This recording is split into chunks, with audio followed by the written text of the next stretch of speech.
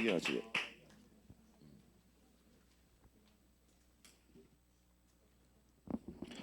네, 같이 말씀 읽고 우리 지연자매 앞으로 나와서 간증 바로 하겠습니다. 요한복음 9장 1절부터 7절까지 말씀 같이 보겠습니다.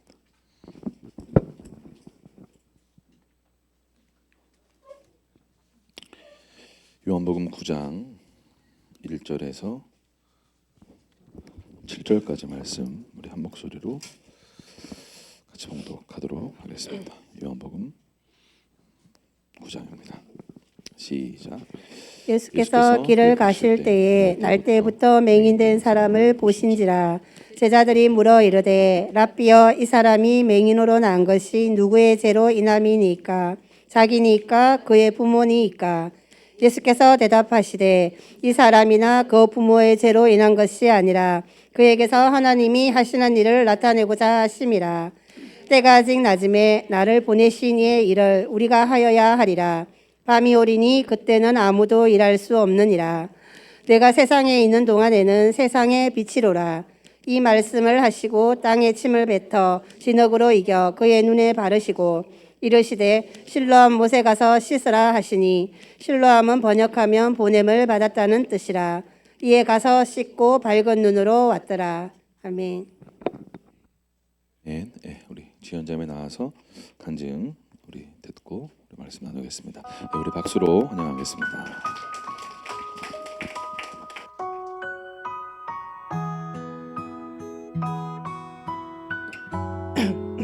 네, 안녕하십니까. 네, 시작하겠습니다. 길이라는 제목으로 간증을 나눌 텐데 제가 말씀 구절을 한 절 읽도록 하겠습니다. 내가 달려갈 길과 주 예수께 받은 사명 곧 하나님의 은혜의 복음을 전하는 일을 마치려 하면은 나의 생명조차 못했던. 저는 길이라는 제목을 가지고 지난번에는 말씀에 따라 움직였던 저의 삶에 대해서 나눴었는데 현실에 부딪혀서 접었던 꿈들을 다시 펼치기 시작했다고 말하면서 꿈을 실현해보겠다고 말씀드렸습니다. 그 후에 저는 잘 걸어갈 줄 알았지만 계속해서 제 안에 감추어두었던 두려움을 직면해야 할 것들이 넘쳐났습니다. 넘어진 채로 낙심한 채로 살아가면서 그러던 와중 기쁜 선교일까지 당겨지게 되면서 제 안에 두려움과 불안이 가득했고 저에게 집중되는 삶을 살아가기 시작했습니다. 내게 주어진 길을 걸으리 담담하게 이 길에 나서리 쉬운 길을 찾았던 지난 날과 아쉬움은 소망으로 덮고 주어지는 인생의 길 위에 후회 없이 내 삶을 그리리. 아무것도 보이지 않는데도 난 결코 포기할 수 없네. 체력적으로 좋지도 않고 냉변의 상태가 안 좋아질 줄 알았지만 제 마음에는 사랑이 넘쳐나고 감사한 기쁨이 넘쳐났었습니다. 하나님께서 이스라엘과 함께 있으니 기쁨과 사랑과 여기 서 있네. 그때 깨달은 생각조차 회복이 되고 못했던 새 힘을 얻어 달려나갈 수 있는 힘을 얻게 되었습니다. 어떻게 내가 여기까지 왔는지 감사하기만 한 것. 배워야 될 생각이 들어보면서 조금씩 보이니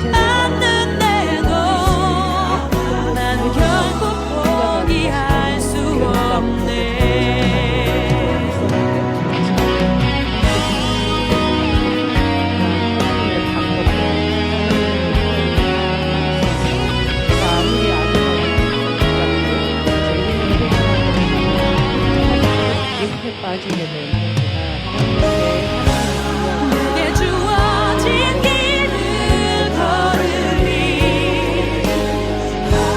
담담하게 이 길에 나서리 쉬운 길을 찾았던 지난 날과 아쉬움은 소망으로 덮고 주어지는 인생의 길 위에 후회 없이 내 삶을 그리리 아무것도 보이지 않을 때도 난 결코 포기할 수 없네. 제가 겪은 과정들이 저와 같이 있는 영혼들을 구원하고 확장시키기 위해 만드신 시간이고 더 단단하게 만드신 시간이라는 것을 알게 되면서 그 시간이 결코 헛되지 않고 죽음을 선택하지 않고 하나님을 선택하며 나아갈 수 있음에 감사한 시간이었습니다. 본질로 돌아가야 합니다. 그리고 나를 보고 포기하는 인생이 아니라 하나님을 보고 하나님을 인정하고 하나님과 함께 그 길 위에 동참하며 믿음의 걸음을 내딛어야 합니다. 하나님은 우리를 포기하지 않으십니다. 서두에 제가 사도행전 20장 24절 말씀은 제가 신학생 때 받은 저의 사명 선언문입니다. 하나님께서는 최근에 저에게 이 말씀을 동기시켜 주시면서 제가 제일 넘어지기 쉬운 정체성 싸움에서 하나님의 은혜로 이겨내고 성교하는 준비를 잘 마치면 되겠다는 마음이 들었습니다. 그런데 제 안에 아직 해결되지 않은 마음이 하나가 어떻게 있었습니다. 내가 이것은 바로 가족의 여기까지 인정을 받는 왔는지 것이었습니다. 금요 예배 때 헌신을 드린 부분 중에서 제가 하나님께 드려야 하는 것은 무엇일까 생각하며 기도를 했었는데 조금씩 보인 가족의 인정을 나에게 줄 수 있게 따라 한 걸음 그때부터 한 저에게는 알 걸음 수 없는 마음에 걸어왔었지. 주님 앞에 내려놓았습니다. 저는 가족에게 인정받는 것이 제일 1순위였습니다. 제 삶에서 뭐 하나 특별하게 잘하는 것도 없고 그리고 집에서 도움도 안 되고 어머니와 오빠한테 인정받고 싶은 것 같아요. 그래서 화성 내게 예배 때 주어진 길을 걸으리 안 가도 되겠다라는 마음을 저희가 담담하게 이 길에 어머니가 기도하고 받으신 마음을 나서리 이해하고 쉬운 길을 찾았던 지난 제가 성경하는 날과 것도 가족에게 인정받기 위해서 아쉬움은 소망으로 덮고 하나님은 그것도 드리길 원하셨습니다. 주어지는 인생의 길 너의 삶의 위에 성공을 마음속에 새기고 이제 나와 함께 후회 없이 내 삶을 새롭게 달려가는 그리리 마음을 주시면서 아무것도 보이지 않는데도 후회 인정도 없이 난 결코 이제 포기할 수 선교의 문이 없네. 열리고 첫걸음을 걸어갈 수 있음에 감사합니다. 그리고 교회에 오면서부터 부르심을 향해 갈 수 있음에 도움을 주시는 하나님과 그리고 저희 선생님 어느새 지금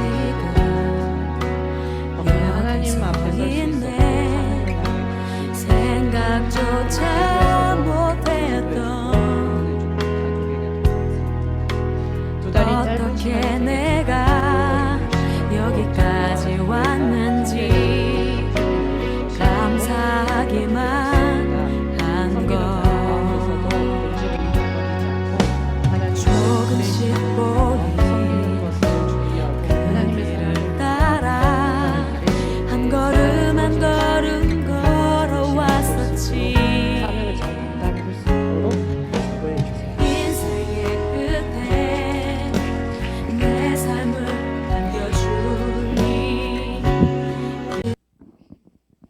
네, 같이 기도하고 축복하는 시간은 다음 주에 이렇게 갖겠고요. 이따가 같이 기도하는 시간에 나누어드린 그 후원 약정서는 기도하시면서 그때 받으시고 또 작성해 주시면 될 것 같습니다. 네, 우리 옆에 분하고 같이 인사하겠습니다. 할렐루야, 반갑습니다. 하나님은 당신을 정말 사랑하십니다. 저도 당신을 사랑합니다. 그리고 이렇게 선포해 주세요. 믿음으로. 당신이 이 땅의 소망입니다. 네, 할렐루야. 여러분, 주님이 우리의 소망이신 줄로 믿습니다. 예수님이 우리의 소망이신 줄로 믿습니다. 아멘. 여러분, 우리의 삶 가운데 예수님이 소망 되시고 우리의 삶 가운데 예수님이 정말 가장 소중한 분이라는 것을 깨닫고 알고 경험하게 될 때 우리의 삶에도 새롭고도 놀라운 그런 소망이 일어나게 될 줄로 여러분 믿으실 수 있기를 축복합니다. 예수님이 누구신지 아는 건 우리 인생에서 굉장히 중요합니다. 왜냐하면 예수님이 누구신지 온전히 알아야 예수님이 나를 향해서 무엇이라고 말씀하시는 그 말씀을 믿고 받아들일 수 있기 때문에 그렇습니다. 그렇죠? 그래서 예수님이 제자들에게 묻죠. 너희는 나를 누구라 하느냐? 라고 질문하십니다. 예수님이 누구십니까? 예, 예수님이 당신에게 누구십니까? 질문해 주세요. 옆에 분한테. 예수님이 당신에게 누구십니까? 예, 대답해 보세요. 누구십니까? 예수님이.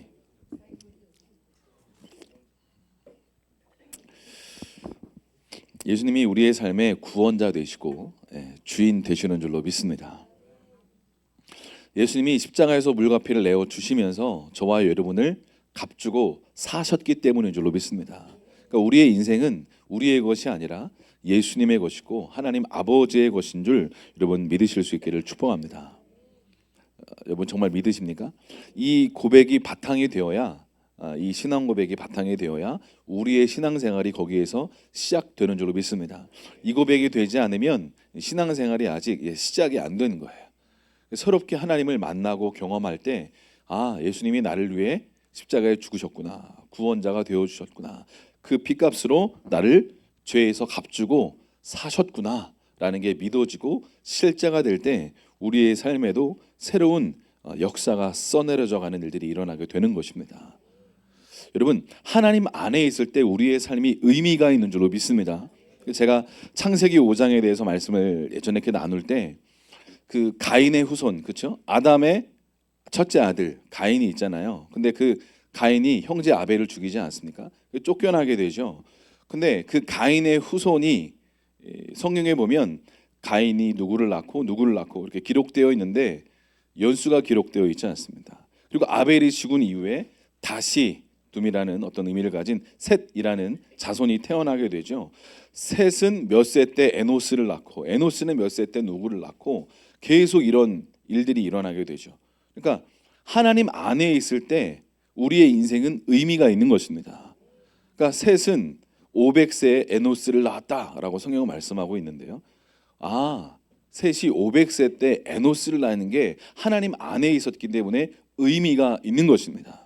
여러분의 인생 가운데 100년도 안 되는 이 짧은 인생이 하나님 안에 있을 때 의미가 있는 줄로 믿으실 수 있기를 축복합니다.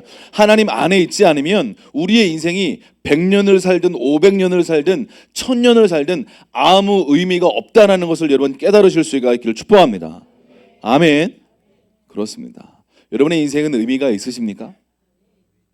예수님 안에 있을 때 의미가 있다라는 것입니다. 우리가 예배할 때도 주님을 바라보고 주님을 믿을 때 이 예배가 의미가 있는 것입니다. 주님을 믿지 못하는 것이 성경은 무엇이라고 말씀하고 있어요? 죄다라고 말씀하고 있습니다. 그러니까 하나님 안에서 우리가 주님을 바라보고 주님하고 연결되었을 때 이 예배가 의미가 있는 것이에요. 아멘입니까? 네, 그렇지 않으면 이 예배조차도 심지어 여러분이 지금 교회 안에서 앉아있는 이 시간조차도 주님하고 연결되어 있지 않으면 의미가 없는 거예요.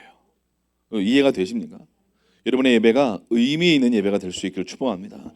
하나님하고 만나는 시간이 되실 수 있기를 축복합니다. 아멘. 저는 특별히 이제 제가 청년회 때 21살 때 이렇게 부르심을 받아서 그런지 청년들을 바라보면 이렇게 뭐라고 해야 될까요? 이렇게 관심이 더 가고 이 청년의 삶의 부르심은 뭘까? 이 청년이 이 땅에 태어난 목적은 뭘까? 자동적으로 궁금하고 관심이 있습니다. 이제 휴가 첫날 이제 교회 그 스타렉스 차가 이제 타이어를 좀 바꿀 때가 돼가지고 이제 바꾸러 갔는데 거기 한 청년이 있었어요. 그래서 그 청년이 이런저런 이제 저희 스타렉스를 이렇게 점검을 해주고 타이어를 이렇게 교환해 주는데 제가 질문했어요.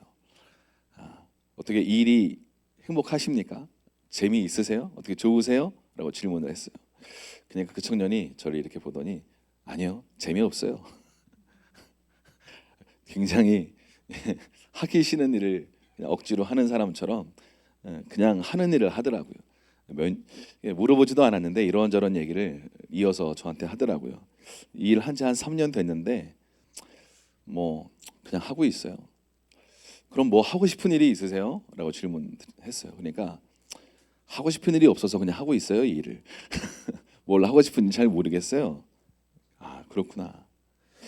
제가 그 차 고치는 곳에 그 아버지가 그 카센터에 이렇게 아버님이셔서 주인이셔서 아버님하고 어떻게 또 이렇게 얘기할 기회가 돼서 이렇게 얘기를 시작했어요. 아버님하고 아들하고 같이 이렇게 일하시니까 든든하시겠어요 하니까 이렇게 웃으시면서 좋아하시더라고요. 근데 제가 또 이렇게 계속 얘기했습니다. 근데 그 아들이 제가 이런저런 얘기를 하면서 청년들한테 관심을 갖고, 근데 그분이 제가 이제 목사라는 걸 또 알고 있으니까 청년들이 이 땅에 태어난 목적대로, 부르심대로, 사명대로 살아가야 행복합니다. 네, 이런 저런 얘기를 하면서 아드님이 이 일을 하는 데 있어서 별로 이렇게 어떤 부르심, 어떤 사명으로 이 일을 하는 게 아니라 그냥 하고 있는 것 같습니다라는 이야기를 우회적으로 좀 이렇게 얘기를 하면서 그 이제 주인 사장님하고 이제 이런저런 얘기를 나누는데 저한테 그런 얘기를 하시더라고요. 목사님, 진짜 하고 싶은 일을 하는 사람이 있을까요? 정말 하는 일을 하면서 행복하는 사람이 몇이나 될까요? 라고 질문하더라고요. 그래서 제가 그렇게 말씀을 드렸어요. 하나님이 우리를 이 땅에 태어나게 하신 목적과 부르심, 사명이 있습니다. 그걸 하나님을 만나게 되면 그 부르심을 발견하게 되고 그것대로 살아갈 때 우리의 인생은 행복하게 됩니다. 그리고 그것에 맞게, 그 부르심에 맞게, 그 사명에 맞게 하나님은 우리에게 은사를 주십니다 라는 이야기를 좀 더 이어나갔습니다. 사랑하는 여러분, 저와 여러분이 이 땅에 태어난 목적과 부르심이 있는 줄로 여러분 아실 수 있기를 축복합니다. 하나님을 만나야 우리가 누구인지 발견하게 됩니다. 하나님께서 우리에게 말씀하시는 그 말씀 앞에 우리가 순종하며 뭔가 반응할 때 여기 있는 다음 세대들이 하나님을 새롭게 만나게 될 때 우리 청년들이, 우리 다음 세대들이 이 땅에 태어난 목적대로 살아갈 수 있는 문들이 열리게 될 줄로 믿습니다. 여러분, 부모에게 가장 큰 행복이 무엇입니까? 자녀들이 행복할 때 행복하지 않습니까? 그렇죠. 네. 휴가 때 가족들이랑 같이 어떤 영화를 하나 봤어요. 영화를 하나 봤는데 옆에서 우리 사랑하는 둘째 아들이 웃는 모습을 보면서 제가 영화 안 보고 우리 아들 웃는 모습을 계속 보고 있었어요. 막 격렬하게 움직이면서 웃고 있는 거예요. 막 재밌다고 영화가 웃고 있는 거예요. 그래서 제가 재밌기도 한데 네가 더 웃기다. 부모의 가장 큰 행복은 자녀들의 행복이죠. 맞습니까? 그렇죠. 자녀가 웃을 때 부모는 행복합니다. 자녀가 언제 행복할까요? 하나님이 이 땅에 보내신 목적을 발견하고 그 걸음을 걸어갈 때 자녀들은 행복을 경험하게 되고 기쁨을 경험하게 되는 걸 사랑하는 부모님 여러분, 아비 세대, 어머니 세대 여러분 아실 수 있기를 축복합니다. 할렐루야. 오늘 요한복음 9장에 나오는 이 한 청년의 이야기가 있는데요. 이 청년은 날 때부터 소경이었습니다. 소경이었기 때문에 뭘 하면서 살아갈 수 있는 능력이 없었겠죠. 할 수 있는 일이라고는 뭐였을까요?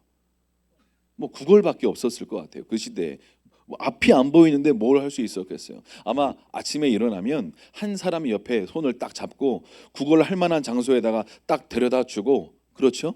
점심때가 되면 자그마한 빵 하나 주고, 그렇죠? 구걸하면서 그것도 받지 못하면 굶고 그냥 지나가는 거죠. 그렇게 힘들고 어렵게 살아가는 한 청년의 이야기입니다. 날 때부터 소경이었습니다. 그러니까 이 청년의 삶이 얼마나 아팠을까요? 얼마나 고통스러웠을까요? 제자들이 지나갔습니다. 구걸하는 그 청년을 보고 제자들이 예수님께 이런 질문을 합니다. 뭐라고 질문합니까? 이 사람이 소경되는 것이 누구의 죄입니까? 이 사람의 죄입니까? 아니면 부모의 죄입니까? 라고 질문하는 것이죠. 여러분, 우리의 삶 가운데 이런 어떤 문제 상황들, 어려움의 상황들, 아픔의 상황들을 직면할 때 우리는 이런 질문들을 쉽게 하지 않습니까? 누구의 죄 때문에 이런 일이 일어난 것일까? 나 때문인가? 우리 엄마 때문인가? 아빠의 죄 때문인가? 누구의 죄 때문에 이런 고통스럽고 어렵고 아픈 일이 나의 삶 가운데 일어난 것인가에 대한 질문들이 우리의 삶 가운데 항상 일어나고 있지 않습니까?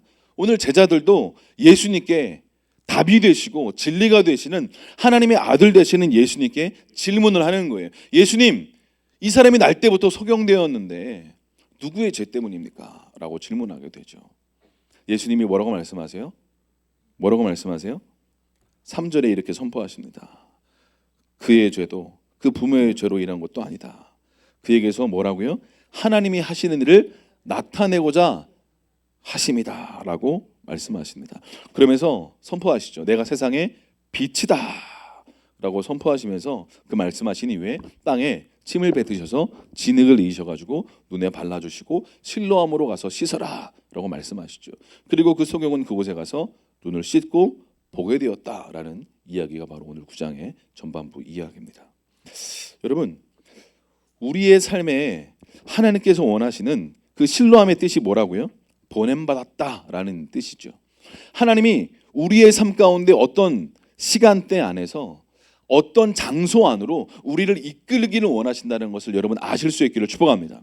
제가 21살 때 필리핀에 가지 않았다면 저의 삶에는 어떤 스토리들이 써내려 갈까 궁금하죠. 일어나지 않았기 때문에. 분명한 건 제가 21살 1월 달에 필리핀에 가서 비행기 타려고 필리핀에 갔는데 그곳에 가서 회개하고 기도하고 어떤 한 특별한 메시지를 들은 것도 아니고 그냥 말씀 앞에 서서 아침 큐티를 하는 시간에 말씀을 보다가 갑자기 주님의 성령이 호련히 저에게 임하여서 회개하고 2시간 동안 기도하고 나아갔더니 제 삶의 부르심이 열리게 되는 거예요. 아, 그렇구나. 중요한 때인 거예요. 여러분의 시선을 다른 것이 아니라 예수님께 주목할 수 있기를 축복합니다. 네, 보세요. 저의 삶에도 갑자기 시선이 그냥 일상생활을 살아왔습니다.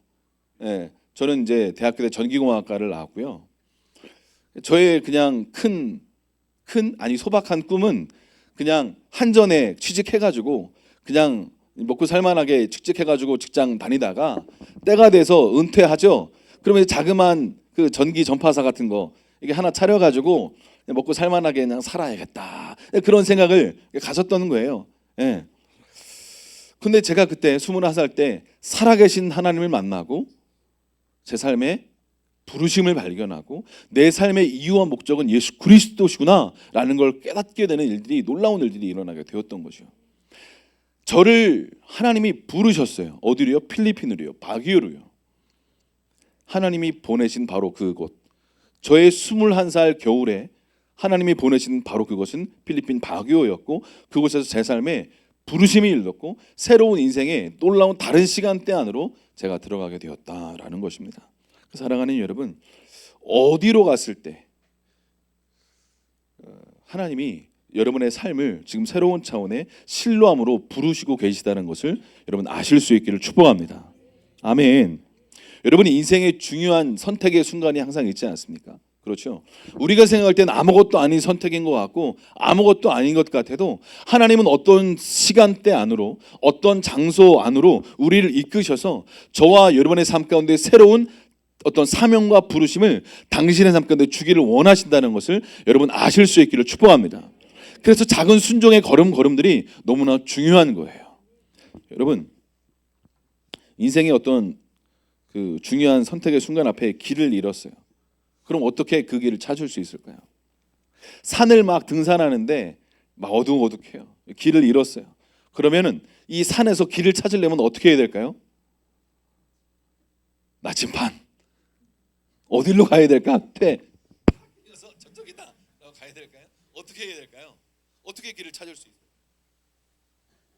사랑하는 여러분, 이렇게 하면 고장난데요. 여러분, 삶의 길을 어떻게 찾을 수 있을까요? 산에서 길을 잃으면 어떻게 길을 찾을 수 있을까요? 제가 어떤 책을 보니까 산에서 길을 잃었다면 계속 길을 찾으려고 막 헤매지 말고 높은 곳으로 올라가라는 거예요. 높은 곳으로 올라가라는 거예요. 높은 곳으로 올라가야 길이 보인다라는 거예요. 그래서 길을 찾아서 내려갈 때 살 수 있다라는 거예요. 사랑하는 여러분, 우리의 인생의 영적인 길을 잃어버렸을 때에도 똑같은 것 같습니다. 높은 곳으로 올라가실 수 있기를 축복합니다. 기도의 깊은 자리로 나아갈지어다. 예배의 높은 자리로 올라갈지어다. 할렐루야. 주님의 눈높이와 같아질 때 내가 잃어버린 길을 찾을 수 있는 문이 열리게 되는 거예요. 할렐루야. 우리의 인생길에 길을 잃어버릴 때가 있지 않습니까? 기도도 되지 않는 것 같고 예배를 하고 있는데 하나님을 만나고 있는 이 어떤 경험은 없는 것 같고, 여러분 오늘 예배하면서 하나님 만나셨습니까? 만나셨습니까? 경험하셨습니까? 하나님의 음성 앞에 반응하셨습니까? 그렇게 될 수 있기를 축복합니다. 그런데 그렇게 주님을 만나면서 예배하고 있지 못하다면 기도의 시간에 기도는 하고 있는 것 같고 입은 열어서 뭔가 말하고 있는 것 같지만 하나님과 연결되어 있지 않다면 우리의 기도가 새롭게 일어나야 될 줄로 믿습니다. 우리의 예배가 새롭게 되어야 돼요. 할렐루야. 아멘. 새롭게 높은 곳으로 올라가야 돼요. 지금 여러분의 마음 가운데 평강과 기쁨이 없다면, 아, 내 삶을 지금 하나님이 이렇게 이끌고 계시는구나. 기대가 된다. 할렐루야. 주님 찬양합니다. 네. 선교에 대한 어떤 비전과 꿈이 있었어요. 근데 막상 가려고 그러니까 두려운 거죠. 고민이 되는 거죠. 날짜가 정해졌어요. 네. 우리 윤성교 사님하고 얘기해서 날짜가 정해졌어요. 날짜가 정해졌다. 지연아. 본인도 두세 달 전에 기도하면서 이때 가면 좋겠습니다. 같이 날짜를 받고 같이 기도했음에도 불구하고 날짜가 정해지고 정말 가려고 생각을 하니까 두려운 거죠. 이 외로움, 어떤 두려움, 이 어떤 걱정, 염려, 이걸 어떻게 지금 극복할 수 있을까? 실제적으로 그러니까 이걸 주님과 만나면서 돌파하고 새로운 어떤 부르심의 자리로 신뢰함으로 나아가야 되는데 그러지 못하는 거죠. 어디로 갔다고요? 스터디 카페. 스터디 카페 가서 피한 거예요. 회피한 거예요. 회피하는 거예요. 여러분, 여러분의 스터디 카페는 어디입니까? 여러분 어디로 주로 피하고 계세요? 사랑하는 여러분, 하나님이 당신에게 지금 뭔가 새로운 것들을 보여주기를 원하시는 줄로 믿으실 수 있기를 축복합니다. 오늘 제자들이요 묻습니다. 예수님, 이게 누구 죄입니까? 누구 죄입니까? 근데 이 소경 입장에서는 이런 이야기들 하도 많이 듣지 않았겠습니까? 맨날 앞도 못 보는 이 소경이 불쌍하게 구걸하니까, 그렇죠? 한 푼 줍시오. 오늘은 두 푼 줍시오. 먹고 살 게 없습니다. 구걸하면서 살아가는 이 소경이 얼마나 불쌍했겠습니까? 제자들이 걸어가면서 누구의 집입니까? 부모의 죄입니까? 이런 얘기를 너무나 많이 들었던 이 소경에게 여러분 소망이라는 게 있었을까요? 오늘 하루를 아침에 딱 일어나면서 오늘도 또 어떤 일이 일어날까? 어떤 또 신나는 일이 있을까? 오늘 우리 주아가 딱 목양실로 들어오자마자 와, 오늘은 물총 싸움 하는 날이다. 너무 기쁨으로 충만해가지고 들어오자마자 저에게 외쳤어요. 오늘은 물총 싸움 하는 날이라고. 여러분 오늘 하루를 일어나시면서 어떤 기대감으로 일어나셨습니까? 대부분의 사람들은 하루를 일어나면서 어떤 기대감보다는 오늘도 눈을 떴구나. 오늘 그러고 보니 주일이구나. 어쩐지 푹 잤다. 사랑하는 여러분, 이 소경에게 소망이라는 것이 없었을 것 같아요. 근데 말씀을 보면서 이런 마음이 들었어요. 여러분, 우리에게 소망이 있습니까? 여러분에게 소망이 있으십니까? 아침에 눈을 뜨면 기대감으로 오늘 하루를 살아갈 힘이 일어나십니까?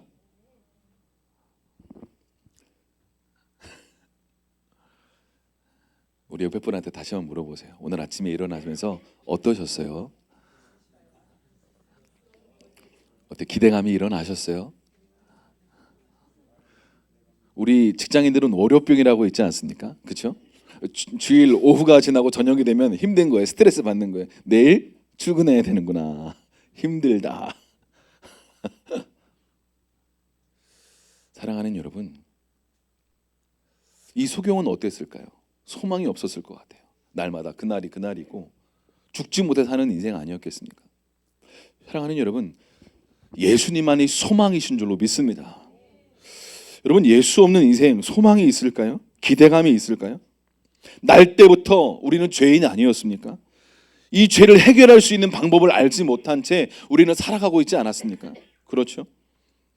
돈을 좀 벌고 돈이 좀 많아지고 명예 좀 있으면 성공이라고 생각하는 어떤 그것들을 좀 가까이 나아가게 되면 우리는 뭔가 막 기대감이 일어나고 소망이 일어난 것 같지만 결국 죽으면 끝이다 라는 어떤 생각을 갖게 될 때 인생이 굉장히 허무해지고, 그렇죠? 진정한 소망이 무엇인지 사람들은 모르고 살아가고 있지 않습니까? 돈 많이 벌면 행복한 줄 알고, 좀 유명해지면 행복하는 줄 알고, 그것을 쫓아서 인생의 돈과 명예를 향해 끊임없이 쫓아가는 수많은 사람들의 삶이 있지 않습니까? 삼척에도 이 7만 명 남짓한 이 삼척의 인구 가운데도 10%가 안 되는 걸로 알고 있습니다. 크리스천들이요. 90% 정도는 예수님을 모르고 있습니다. 그들은 무엇을 쫓아서 살아가고 있을까요? 돈 아닌가요? 명예 아닙니까? 자녀들 한번 좋은 대학교, 인서울 하는 대학교 한번 쫓아보려고 열심히 학원 보내면서, 그렇죠? 사랑하는 여러분, 소망이 뭘까요? 돈 많이 벌면 소망이 있습니까? 오늘 이 날 때부터 소경된 이 사람에겐 소망이라는 것조차도 찾아볼 수 없었을 것 같아요. 그렇죠? 그 제자들이 묻는 거죠. 이 사람이 소경된 게 자기의 죄입니까? 부모의 죄입니까? 라고 질문하는 거예요. 근데 저는 이런 마음이 들었어요. 수많은 사람들이 이런 질문 앞에 서지 않습니까? 왜 이런 일이 일어났죠? 누구의 잘못이죠? 우리 가정이 이렇게 뭔가 행복하지 못한 건 아빠가 돈을 못 벌어서 그런가요? 엄마가 뭔가 지혜롭게 우리 가정을 잘 이렇게 이끌고 이렇게 잘 이렇게 세워나가지 못해서 그런가요? 교회에서 목사님 때문에 뭔가 힘든 것 같고, 집사님 때문에 행복하지 않은 것 같고, 직장과 사업장에서 어떤 사장님 때문에 되는 일이 없는 것 같고, 어떤 직원 때문에 힘든 일이 일어나는 것 같고, 이런 생각들이 계속 일어날 때 우리는 계속 누구의 죄 때문에 이런 일이 일어난 것일까? 이런 생각을 하고 있지 않습니까? 정죄 시스템, 그렇죠? 무슨 일만 딱 일어나면 누구 때문에 일이 일어난 걸까? 누구의 죄 때문일까? 왜 이런 일이 일어난 걸까? 근데 예수님은 제자들의 이런 질문 앞에 뭐라고 말씀하셨다고요? 부모의 죄도 그 자신의 죄도 아니라 뭐라고요? 하나님이 하신 일을 나타내고자 하심이라. 할렐루야. 사랑하는 여러분, 우리의 인생 가운데 나타나는 수많은 어떤 문제, 상황 앞에 하나님이 당신에게 이렇게 말씀하기를 원하신다고 믿습니다. 아멘. 끊임없이 우리는요, 이런 정죄 시스템 안에 갇혀 있습니다. 왜 이런 일이 일어났을까? 누구의 죄 때문일까? 아빠가 교회 안 나와서인가? 엄마가 순종하지 않아서인가? 자녀들이 뭔가 이렇게 잘하지 못해서인가? 누구의 죄 때문일까? 우리는 계속 이런 생각을 하고 있지 않습니까? 그렇죠. 근데 하나님 선포하시는 거예요. 뭐라고요? 하나님이 하신 일을 증거하고 나타내 보이기 위함이다. 할렐루야. 사랑하는 여러분, 하나님께서 말씀하시는 이 말씀 앞에 여러분 믿음으로 반응하실 수 있기를 축복합니다. 아멘. 하나님이 우리의 삶 가운데, 우리의 가정 가운데도 하나님의 살아계심을 나타내 보여주기를 원하신다고 믿습니다. 교회에서, 여러분의 직장과 사업장에서, 학교에서 나는 살아있는 하나님이다. 할렐루야. 나는 지금도 역사하는 하나님이다. 나는 여전히 살아있다라는 말씀을, 여러분 하나님께서 살아계시다는 말씀을 믿으실 수 있기를 축복합니다. 아멘. 사랑하는 여러분, 오늘 제자들은 누구의 죄 때문인가 라고 질문했는데 예수님은 뭐라고요? 하나님이 하시는 일을 나타내 보여주길 원하는 것이다. 우리는 우리의 이 사고방식이요, 끊임없이 이 사고방식과 예수님의 사고방식과 이 제자들의 사고방식이 충돌하는 것 같아요. 지질이 복도 없지, 힘들고 어렵다, 인생 어렵다. 사랑하는 여러분, 하나님께서 당신의 삶을 실로함으로 인도하셔서 하나님께서 보지 못하는 것들을 보게 하고 듣지 못하는 것들을 듣게 함으로 말미암아 하나님께서 당신의 삶 가운데 진정한 풍성한 열매를 맺게 하기를 원하시는 줄로 믿습니다. 그러면 우리가 주님께서 말씀하시는 그 실로함으로 나아가라는 말씀 앞에 반응해야 되지 않겠습니까? 그럼 주님께서 실로함으로 나아가라 라고 말씀하시는데 그럼 우리에게 어떻게 적용해야 되는 거예요? 우리도 주님 실로암으로 가고 싶습니다. 나의 실로암은 어디입니까? 주님, 내가 나아가야 될 실로암은 어디입니까? 여러분 정말 나아가기를 원하십니까? 정말 그곳으로 나아가기를 원하십니까? 여러분의 생각과 조금 다를 수 있어요. 하나님이 생각하시는 실로암과 내가 생각하는 실로암이 다를 수 있습니다. 여러분 이것을 인정하시고 순종하기를 원하는 결단과 마음의 중심을 회복하실 수 있기를 축복합니다. 여러분 하나님이요 당신의 삶 가운데 여기가 실로암이야, 그곳으로 나아가라 라고 말씀하신다면 여러분 나아가실 수 있겠습니까? 그런데 놀라운 건 성경에 보니까 하나님이, 예수님이 어떻게 하셨어요? 그 소경에게 침을 뱉어가지고 진흙을 인이겨가지고 눈에 발라주셨습니다.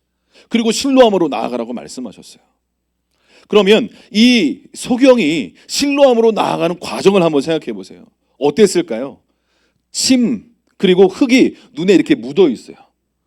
소경이니까 그 길로 가는 게 쉬웠을까요? 아니요, 더 어려웠을 거예요. 어떻게 나아갔을까요? 앞이 보이지 않으니까 뭔가 지팡이를 집었을까요? 사람들에게 끊임없이 질문하지 않았겠습니까? 실로암으로 가려면 어디로 가야 됩니까? 계속 지팡이를 집으면서. 그런데 그곳으로 정말 가기 위해서는 이 소경 안에 어떤 마음이 있었어야 될까요? 예수님의 말씀에 대한 믿음과 신뢰가 있어야 되는 줄로 믿습니다. 가면 눈이 열리겠다. 가면 어떤 일이 일어나겠다. 그런데 여러분 이 소경 입장에서 한번 생각해 보세요. 성경에서는 가면 눈이 열렸다라고 말씀하고 있기 때문에 빨리 가라고 우리는 재촉할 수 있지만 소경 입장에서 생각해 보면 가면 정말 회복될까? 눈이 열릴까? 내 삶에 새로운 어떤 일들이 일어날까에 대한 생각들을 할 수 있지 않겠습니까? 하나님이 당신의 삶 가운데도 실로암으로 나아가라 라고 말씀하셨음에도 불구하고 가면 정말 눈이 열릴까? 내 삶의 회복이 일어날까? 내 자녀들이 회복될까? 내 삶의 이 사업장이 온전케 될까? 정말 믿지 않는 내 남편이 예수님 믿는 일들이 일어나게 될까? 정말 말씀하신 대로 나아가면 그 일들이 일어날까에 대한 끊임없이 어떤 불신과 여러 가지 생각들이 일어나지 않겠습니까? 사랑하는 여러분, 하나님께서 당신에게 말씀하시는 그 실로암으로 나아가기를 정말 원하십니까? 정말 그 말씀을 듣기를 원하신다면 저는 이런 생각이 듭니다. 하나님께서 당신에게 성경으로 말씀하셨고요, 이미 감동으로 말씀하시고 말씀하셨어요. 그런데 그 말씀 앞에 우리가 순종으로 반응하지 않았다면 하나님이 다시 여러분에게 말씀하실 이유가 있으실까요? 이해가 되십니까? 우리는 순종해서 실로암으로 나아가기를 원한대요. 그 눈을 뜨기를 원한대요. 회복을 원한대요. 삶의 열매를 원한대요. 아니 이미 하나님이 당신에게 뭔가 말씀하셔서 실로암으로 나아가라고 말씀하셨고 이미 이쪽으로 나아가서 순종하라고 말씀하셨음에도 불구하고 내가 그것을 내 생각과 다르다는 이유로 듣지 않고 하나님 저는 이곳이 실로암이 아닌 것 같습니다. 하나님 이곳이 나의 실로암이 아닙니까? 라고 생각하는 내 생각을 가득 차 있으면서 하나님의 말씀을 듣기를 원하는 어떤 마음이 있다고 생각하고 있지만 여전히 우리 안에는 내 생각으로 가득 차 있는 나만의 실로암을 생각하고 있는 영역이 있지 않습니까? 사랑하는 여러분, 이 영역들을 겸손히 내려놓을 수 있는 은혜가 회복될 수 있기를 축복합니다. 할렐루야. 그러니까 무슨 얘기냐면 하나님께서 이미 우리에게 말씀하신 어떤 영역들에 대하여 하나님께 순종하지 않았다면 이 영역들에 대해서 주님이 빛 비추어 주실 때 회개할 수 있는 은혜가 입혀질 수 있기를 축복합니다. 아멘.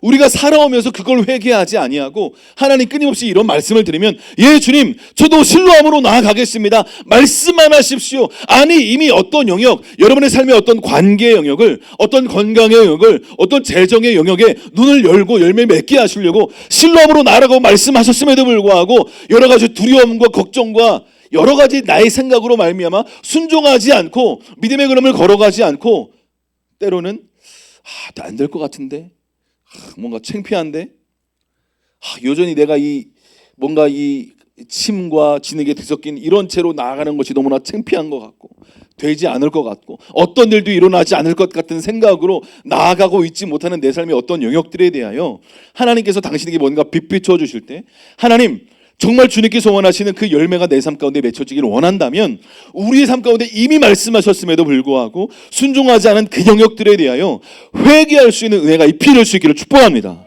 아멘. 이 영역들에 대하여 먼저 회개하지 않고 끊임없이 실로함으로 보내주십시오. 순종하겠습니다라고 말하는 이 말이 얼마나 주님 입장에서 들을 때 공수표처럼 느껴지지 않겠습니까? 이해가 되십니까? 이해가 되세요? 하나님은요, 당신의 삶을 풍성케 하길 원하십니다. 보아도 보지 못하고 들어도 듣지 못하는 것이 심판입니다. 이해가 되십니까? 그래서 요한계시록에요, 7 교회에게 끊임없이 성령께서 뭐라고 말씀하시는 거예요? 귀 있는 자는 성령이 교회들에게 하신 말씀을 들을지어다 라고 말씀하시는 거예요. 왜? 인생들이 듣지 못하니까요. 이스라엘 백성들이 끊임없이 돌이켜라, 회개하라라고 이사야와 호세와 아모스와 수많은 선지자들을 보내서 돌이키고 회개하라고 말했는데 들을 귀가 없으니까 돌이키질 않는 거죠. 사랑하는 여러분, 하나님께서 소망 없는 이 소경에게 주님이 말씀하시는 거예요. 눈에 짓이기면서 침을 뱉어가지고 눈을 열어주시려고요.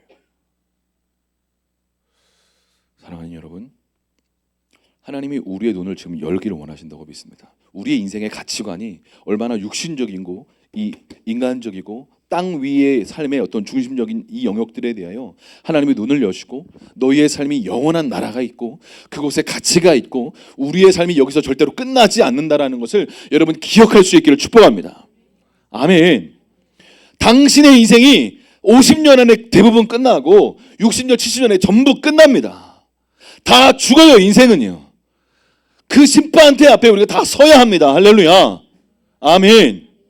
그러면 하나님이 그 심판대 앞에서 당신에게 무엇을 물으실까요? 무엇을 물으실까요?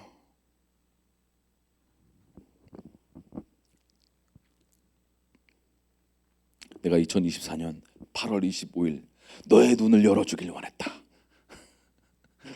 너의 신뢰함으로 나아가서 너의 눈을 열고 너의 인생의 가치가 새롭게 되어지고 이 땅의 가치가 아니라 영원한 가치를 두고 믿음의 걸음을 걸어가길 내가 원하여서 내가 나의 종을 통해 이 말씀을 선포하였다.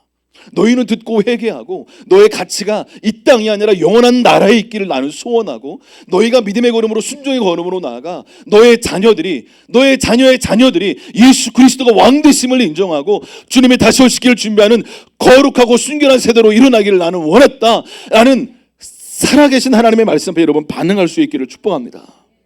아멘. 제가 그 휴가를 보냈잖아요. 이제 월요일 날 원래 대전을 지나고 이제 저희 장인어른 장모님은 다 돌아가셨으니까 이제 부천에 있는 둘째 언니인 그분이 장자와 같은 역할을 하세요. 둘째인데 장자 같은 역할을 내서 동생들이나 심지어 언니도 그 집에 오면 친정 엄마처럼 다 맞아주시고 다 이렇게 쉬다 갈 수 있도록 참 귀한, 예수님도 안 믿는데 너무 귀한 분이세요. 근데 이제 몸이 안 좋으니까 제가 이제 대전에는 못 가고 그냥 월요일 날은 하루 종일 집에서 누워 있었는데 아침에 한 6시쯤 딱 일어났는데 꿈을 꿨어요. 꿈을 꿨는데 어떤 꿈을 꿨냐면 우리 청년들 비전 트립 가서 행복하게 지냈던 것처럼 너무 행복한 깔깔깔깔 웃으면서 꿈에서 한참 웃다가 깨어났어요. 그리고 이제 아침 먹고 좀 쉬다가 말씀 보고 좀 쉬다가 또 이제 점심 먹고 좀 쉬다가 잠들었어요. 한 2시, 3시쯤에 또 잠들어서 1시간쯤 자고 딱 일어났는데 또 엄청 꿈에서 웃는 꿈을 꿨어요. 한참 웃었어요.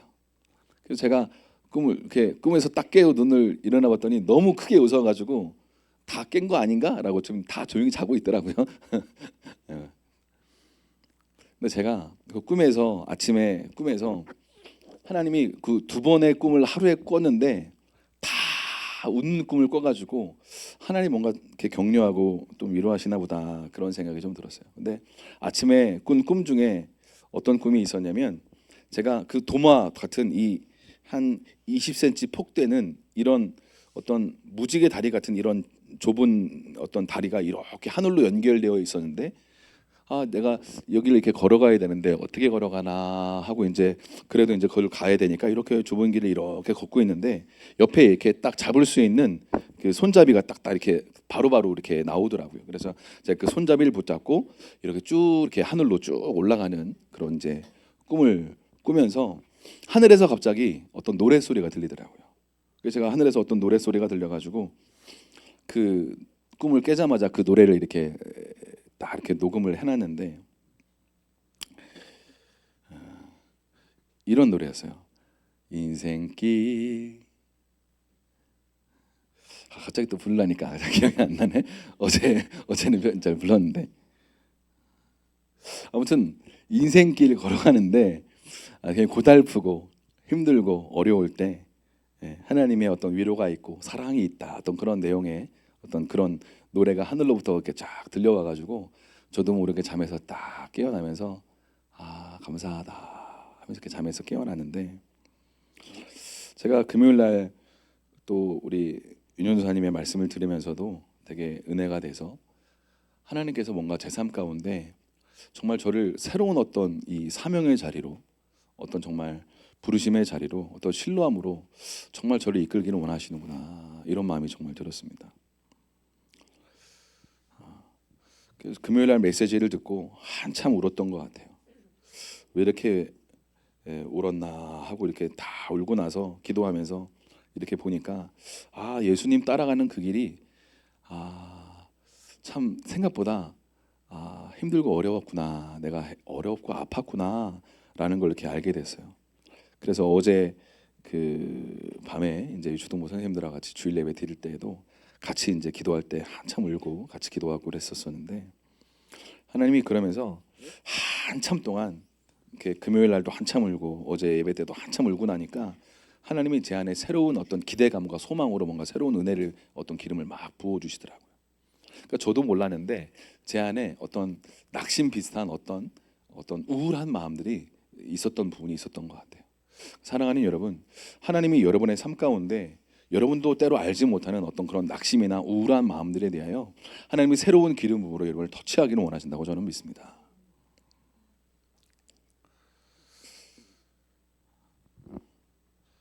보냄 받은 곳으로 가야 눈이 밝아지고 씻겨지고 열리게 됩니다. 예수님이 보냄 받은 곳 십자가로 나아갔을 때 그 장소는 죽음의 장소였지만 그곳으로 가야 부활의 능력을 경험할 수 있는 문들이 열리게 되는 것입니다. 여러분, 우리 인생에 우리가 이렇게 내 인생을 계획하고 이렇게 하면 되겠다라고 막 생각을 하지만 하나님은 우리의 길을 인도하기를 원하십니다. 하나님은 우리를 누구보다 사랑하시는 분이고요. 우리의 인생을 가장 잘 아시는 분이에요. 우리가 어느 쪽으로 걸어가고 어떻게 선택해야 될지 하나님은 알고 계시고 그렇게 결정하고 나아갈 때 우리 인생이 가장 행복하고 기쁨이 충만할 수 있다는 것을 여러분 아실 수 있기를 축복합니다.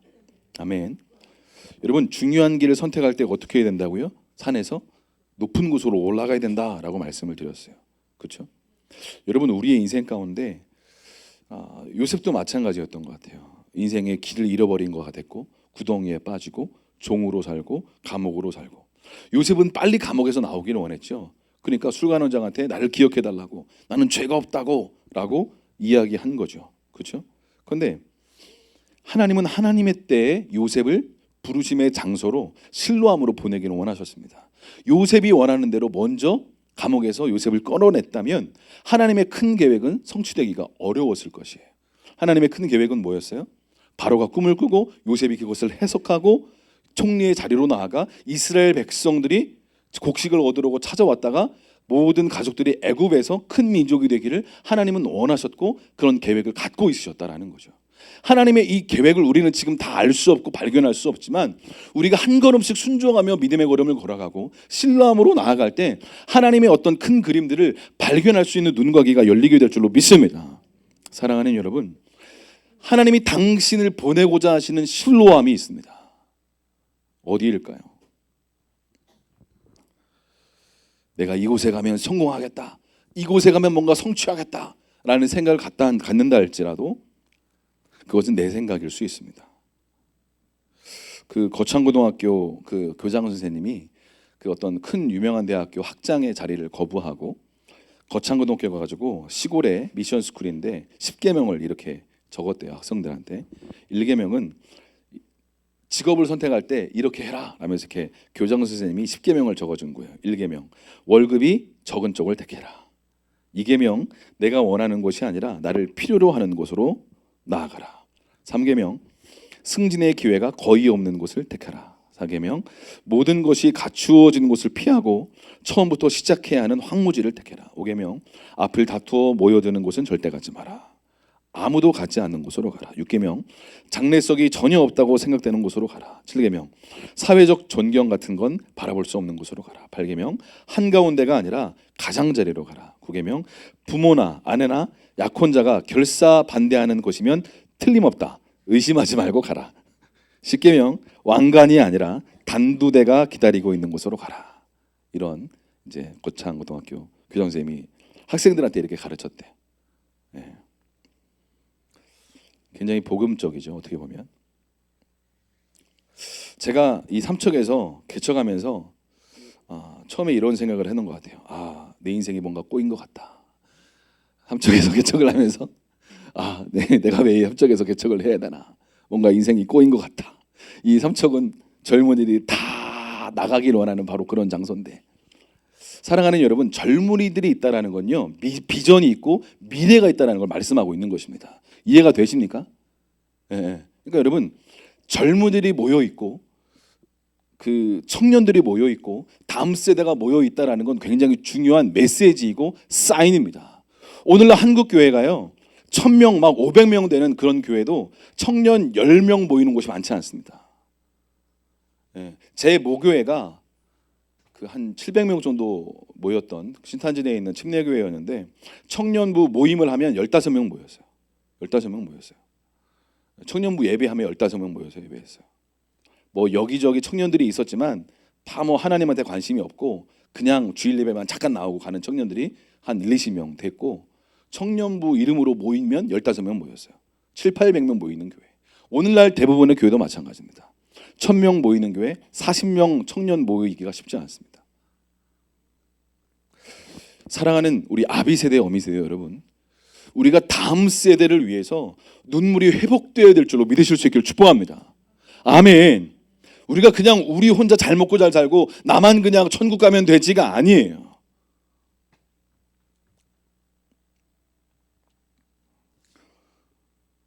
네. 근데 돌아보니까 내 인생 뭔가 꼬인 것 같고 뭔가 힘들어진 것 같고, 근데 한 10년 정도 지나고 나서 하나님이 보내신 이곳이 나의 실로암이구나, 가나안이구나 라는 걸 온전히 경험하고 깨닫고, 바로 이곳에서 제가 눈이 열리고 회복되고 온전케 하신 주님의 이름을 찬양하지 않을 수 없었습니다.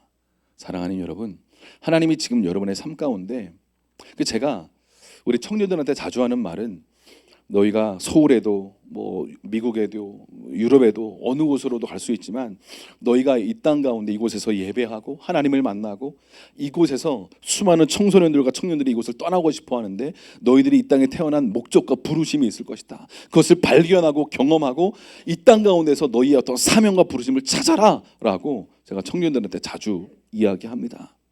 사랑하는 여러분, 우리가 이곳에서 예배하고 있는 것이 우연이 아닌 줄로 믿으실 수 있기를 축복합니다. 하나님이 보내시는 곳으로 가야 우리의 눈이 열립니다. 나아만이 보냄받은 곳은 어디인가요? 요단강이겠죠. 7번 들어갔다 나오라. 들어갔다 나오니까 눈이 열리게 되는 거죠. 사랑하는 여러분, 우리의 삶 가운데 하나님께서 지금 새로운 차원의 실로암으로 저와 여러분을 보내기를 원하신다고 저는 믿습니다. 그곳에 가야 밝은 눈으로 우리가 볼 수 있는 영역이 분명히 있다라는 거죠. 저는 이번에 우리 지연이가 필리핀에 가서 되게 저 개인적으로 또 교회적으로 굉장히 어떤 중요한 첫걸음이 아닌가라는 생각을 하게 됩니다. 단기 선교사로 2개월 동안 이렇게 파송되고, 그렇죠. 그곳에 나아가서 하나님이 지연이의 삶 가운데 있는 두려움이 완전히 깨어지는 시간이 될 걸 축복하고 선포합니다. 새로운 사명과 부르심이 일어날 수 있기를 축복하고 선포합니다. 선교의 어떤 패러다임이 조금씩 바뀔 수 있죠. 2개월 동안 갔다가 또 와서 또 생활하다가 또 몇 개월 갈 수 있고 1년을 갈 수 있고, 그렇죠. 사랑하는 여러분, 우리 교회 청년들이 더 많이 일어나서 이곳에서 부르심을 발견하고 사명을 발견하고 주님이 원하시는 그 사명의 자리로 실로암으로 보냄받은 그것으로 하나님이 파송하기를 원하신다고 믿습니다. 사랑하는 여러분, 오늘 이 아침에 예수님이 진정한 우리의 실로암이라고 저는 믿습니다. 예수님께 가면 우리의 닫혀졌던 눈이 열리고 예수님께 가면 우리의 들리지 않았던 귀가 열리고 또 더 나아가서 우리 자신이 믿지 않는 또 다른 사람에게 실로함이 되어야 될 줄로 믿습니다. 같이 기도하겠습니다.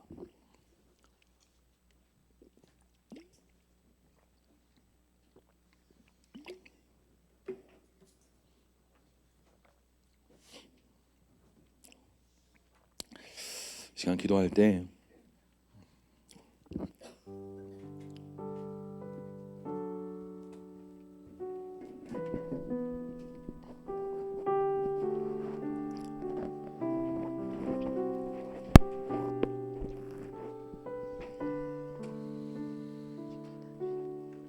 실로함으로 가서 씻으라고 말씀하시는 그 말씀 앞에 우리가 순종하며 나아가지 못하는 이유가 뭘까요? 아무 일도 일어나지 않을 것 같은 생각이 혹시 우리 안에 있으십니까? 하나님의 선하심을 여러분 신뢰할 수 있기를 축복합니다. 작은 순종의 걸음이 우리의 눈을 열고 우리의 사명을 열고 우리의 부르심을 열게 될 것입니다.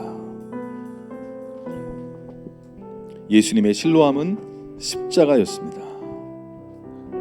죽기까지 순종하신 예수님의 그 실로함이 부활의 능력을 경험하게 하신 것이죠. 사랑하는 여러분, 여러분이 죽어야 할 자리는 어디일까요? 여러분이 순종해서 죽기까지 순종하신 예수님처럼 나아가야 될 그 순종의 자리는 어디일까요? 그곳에 갈 때 바로 우리의 영적인 눈이 열리게 되고 열방을 운영하시고 한국을 지금 기경하시고 역사 가운데 하나님이 일하시는 것들을 볼 수 있는 눈이 열리게 될 줄로 믿습니다. 하나님, 이 아침에 우리의 눈과 귀를 활짝 열어주셔서 생명 되신 하나님의 말씀 앞에 우리가 믿음으로 반응할 수 있는 이 아침이 되어지기를 원합니다. 하나님, 우리의 육신이 피곤하고 약한 부분들이 있습니까? 하나님, 이 시간 예수님을 바라보고 우리의 작은 한 걸음이, 이 순종의 작은 한 걸음이 우리의 삶에 또 다른 부르심을 열고 사명을 여는 그런 귀한 시간 될 줄로 믿습니다. 사랑하는 여러분,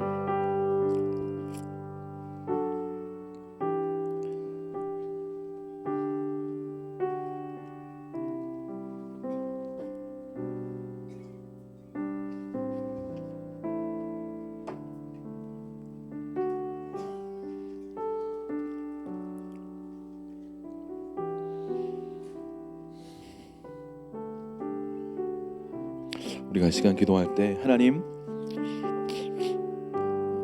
주님이 실로암 못에 가서 씻으라 말씀하신 그 말씀 앞에 우리가 믿음으로 반응하기를 원합니다. 여러분, 우리는 지금 종교 생활하고 있는 것이 아니라 살아계신 하나님과 만나는 시간이 되어야 될 줄로 믿습니다. 이 시간에 조용히 주님을 바라볼 때 여러분의 마음 가운데 있는 어떤 답답한 마음들, 또 아픈 마음들, 이해할 수 없는 마음들을 주님 앞에 겸손하게 내려놓으십시오. 내려놓는다는 건 다른 게 아니라 주님 앞에 말하는 거예요. 있는 그대로 말하는 거예요. 금요일날 윤정 전사님이 외로움을 내려놓습니다, 그런 얘기를 했었죠. 오늘 우리 지연 우리 청년도 그런 비슷한 얘기를 했었습니다. 사랑하는 여러분, 하나님은 당신의 눈과 귀를 활짝 여셔서 이 땅에 태어난 목적대로 여러분의 가정이 회복되고 여러분이 이 땅에서 참된 행복을 경험하기를 원하십니다. 죽지 못해 사는 인생이 되기를 원치 않으십니다. 참된 기쁨과 평강으로 여러분의 삶이 온전히 회복되기를 원하세요. 하나님, 우리가 이 시간 한 3분 정도 좀 집중해서 좀 기도하면 좋겠는데요. 하나님, 우리의 눈과 귀를 열어주십시오. 우리가 실로함으로 갈 수 있도록 인도하여 주십시오 라고 우리 주여 한번 외치고 같이 기도하며 주님께 가겠습니다. 기도하겠습니다. 주여